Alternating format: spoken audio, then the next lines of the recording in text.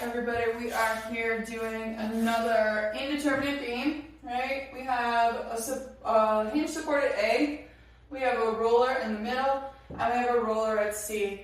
We have a distributed load of W, and we have 2 point loads that are A away from A and C.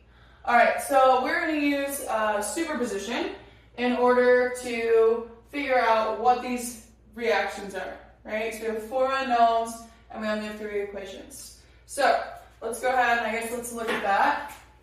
So we have AY, we have AX, BY, and we have CY. So these are all the things that we need to solve. Now obviously we know AX is going to be equal to 0 for this one because we have no forces in the X direction. Okay, so let's do this. We have a W reaction, or a W distributed load across this entire beam. Now, that would cause a deflection in the middle, right? We have 2 point loads. That would also cause a certain deflection in the middle. And we have BY that's causing a deflection up. Now, all of these deflections have to equal to 0 because there is a support at B, right? This restricting movement in the X and, well, in the Y direction, not the X direction, because it's just a roller, right? So we cannot move up and down. So our principle here from superposition is that delta at B is equal to 0, okay? It's going to be equal to delta due to the distributed load, that's going to be going down, minus delta due to the point loads, plus delta due to BY. Well, we'll just call it delta due to the reaction. Alright, so let's draw these as 3 different beams.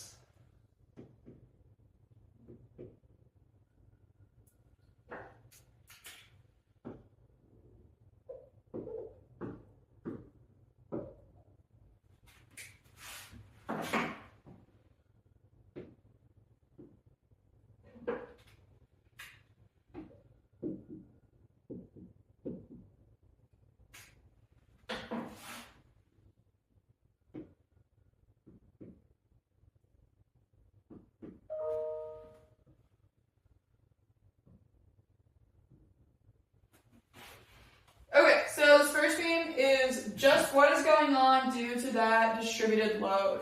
So this is going to have a deflection that looks like this, and in the middle we are going to have delta W. Okay, this one's going to have a deflection, something like that. And in the middle we're going to have delta due to the P loads. And then this one, we are going to have a positive delta due to reaction, right? So this going down, that going up, they all have to be equal to 0. The only unknown we have here is BY. We know what P is. We're actually given some numbers in this particular problem. We're not just doing letters, right? We have P is equal to 10, W is equal to 1, L is equal to 20, and A is equal to 6. All right, so we have tables in the back of our book.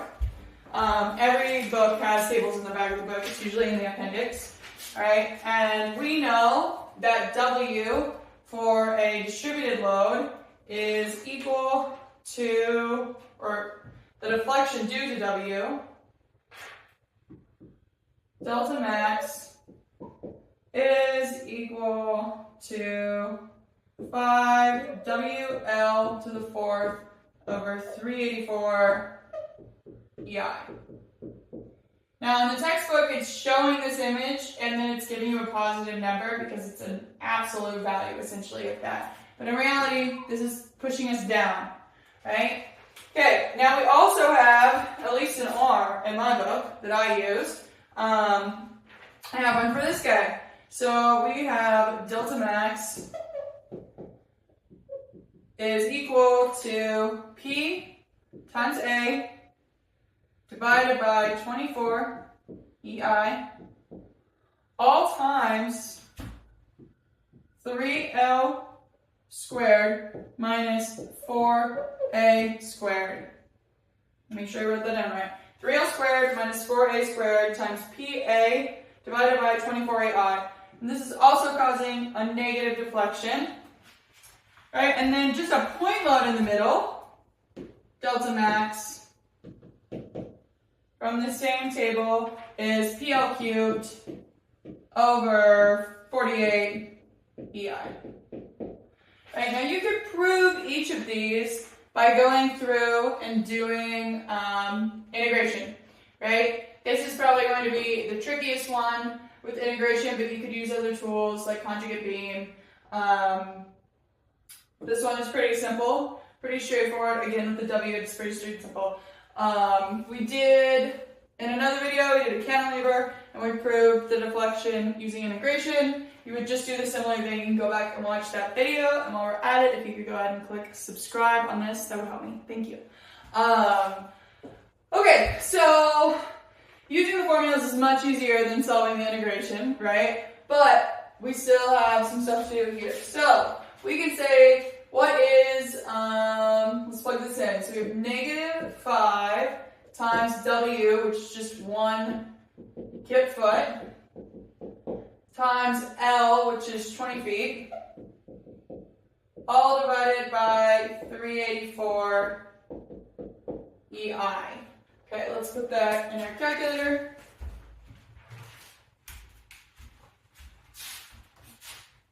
So we have 5 times 1 times 20, which is 100 obviously, divided by 384. And let's turn that into a fraction. I get negative 25 over 96 EI. Now, EI is not given to us in this problem, but what are the units of EI?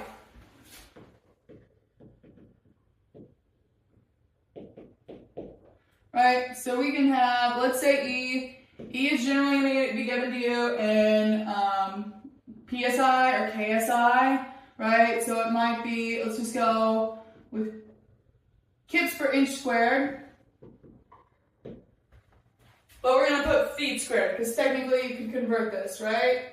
Well, let's just put in kips per inch squared. That's what it's typically given in. And I is typically given in inches to the fourth, right? So E times I is equal to kip over inch squared times inch to the fourth, which is equal to kip times inch squared.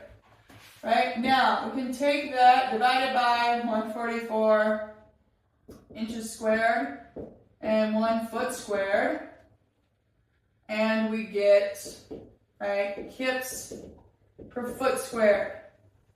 Right, now if you actually had those numbers, you would then plug that in to get your kips per foot squared. This is in feet. Alright, so if you have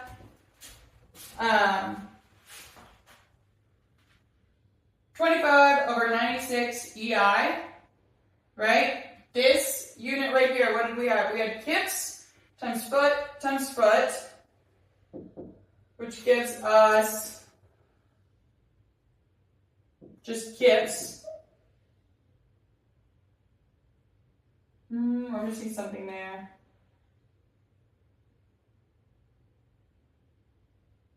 Oh, we're missing a huge something here. This is to the fourth. This number isn't even right. There we go. See, when you write your equations out, it's like something doesn't seem right here. Let's do this one more time. 20, this is why units matter. Units will catch your dumb mistakes every single time, okay? Use units. So we have 20 to the fourth, okay, times 5, divided by 384.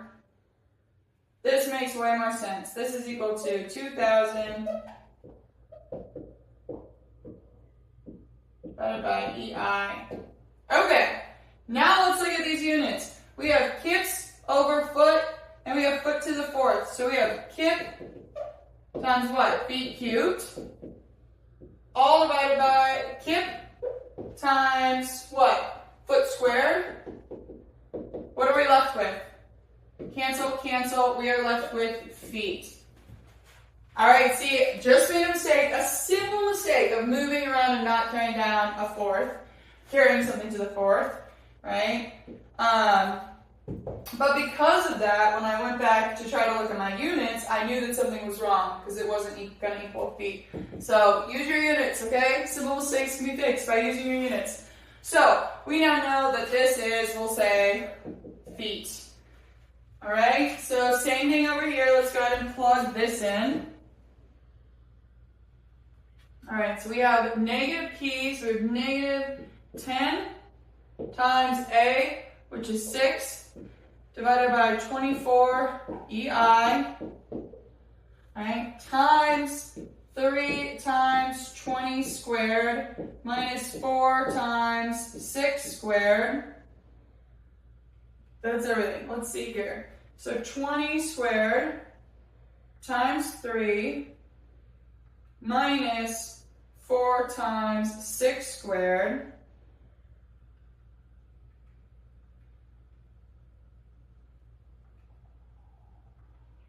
minus 4 times 6 squared times 10 times 6 divided by 24, and we get negative 2640 divided by EI.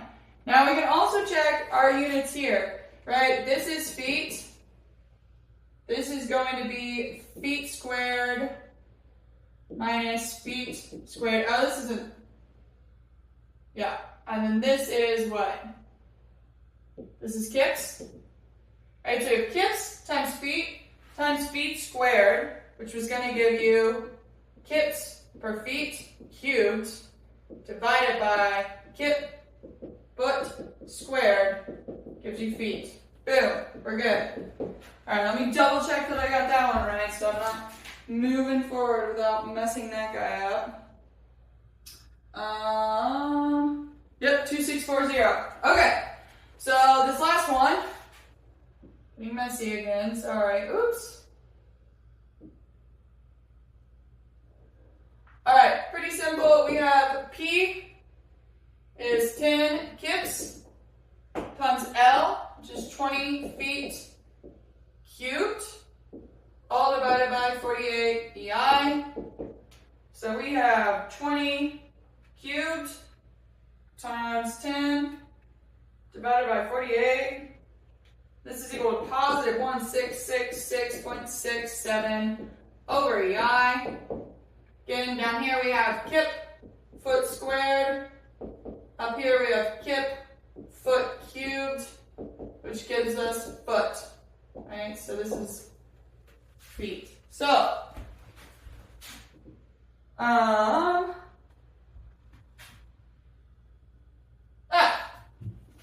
that's not right. What am I even doing here, you guys? This is BY. So let's take away this number. Losing it, you guys. Just losing it. We are looking at the reaction from BY, not from P. Okay, so we have BY going up. Okay, BY times 20. It's still going to be in kips. And we are going to get, so let's go back and do this again. 20 cubed divided by 48. Right, we just get 166.67 BY. Okay, so now we fixed that mistake too. We have, I'm going to rearrange this equation, right? Delta W is equal to, delta W plus delta P is equal to delta R, right? These were just two negatives. I moved them over to the other side. Delta R is the reaction, or the deflection due to the reaction. So I'm going to make these positive now. So I have 2,083.33 over EI plus 2640 over EI is equal to, I'm going to say BY times 166.67 over EI. Okay, so now we just need to, right, we have an EI on all sides, so that gets to cancel out. So now we just have 2083.33 plus 2640, okay, which is equal to 4723.33, and we're going to divide that by 166.67 is equal to by. 166.67. by is equal to 28. It's an H. 28.34 kips. Right? So this was, yeah. There's some feet units in there. It might look kind of confusing to have, I guess, put feet units here. No, it's not, right? These are all in feet. This is in units of, technically, kip foot at this point, right? We're dividing by the feet, which is leaving us with a unit of kips. Hopefully that makes sense. We triple check that that is the correct answer. Yep, that is the correct answer. All right, so if this is by, now we want to know what is going on in AY and CY. Well, what can you tell from this? I can tell that AY and CY are going to be equal, correct? Everything is symmetrical. BY is right in the middle. The P's are the same distance away from A and C. So I would go ahead and I would say, right, that, what do we have here? We have sum of the forces in the y direction is equal to 0, is equal to negative W times L minus 2P, all right? And then we have plus BY, and then I have plus 2AY. Could have said CY too, right? It's just two of them. Okay, so let's plug this in. What is W times L? Well, W is 1 kip per foot times 20 feet, that's 20. So we have 20 kips plus 2 times P. P is equal to what? 10, so plus 20 kips minus 28.34. So 40 minus 28.34. Use your calculator for everything, even if it's small numbers. Like, trust me, I mess up all the time. Okay, so 40 minus 28.34, all divided by 2 is equal to AY, which is equal to CY, is equal to 5.83 kips. Let me check that that's right. And it is. Okay, so again, the principle of superposition, right, is that at B, we cannot have any vertical movement. There cannot be any displacement. So as long as you're in the elastic zone, right, you can consider that all of these loads are acting independently and that all of their deflections must come up to equal 0. So you have the distributed load causing a downward movement, you have the P loads causing a downward movement, and you have the reaction at B causing an upward movement. But all of those movements have to be equal to 0, so the only unknown you have then is BY. Once you solve BY, then you can solve this truss, or this truss, you can solve this beam, right? I made an assumption that AY and CY were equal to each other. If for some reason you didn't know that right off the bat, or this was not symmetrical, right, then you would just do sum of the moments about A. You would have all of these loads causing downward rotation or clockwise rotation. You would have BY causing positive rotation, and then you would have to have CY causing positive rotation. Once you solved for CY, then you would go do sum of the forces in the Y direction, and you would then be able to solve for AY. So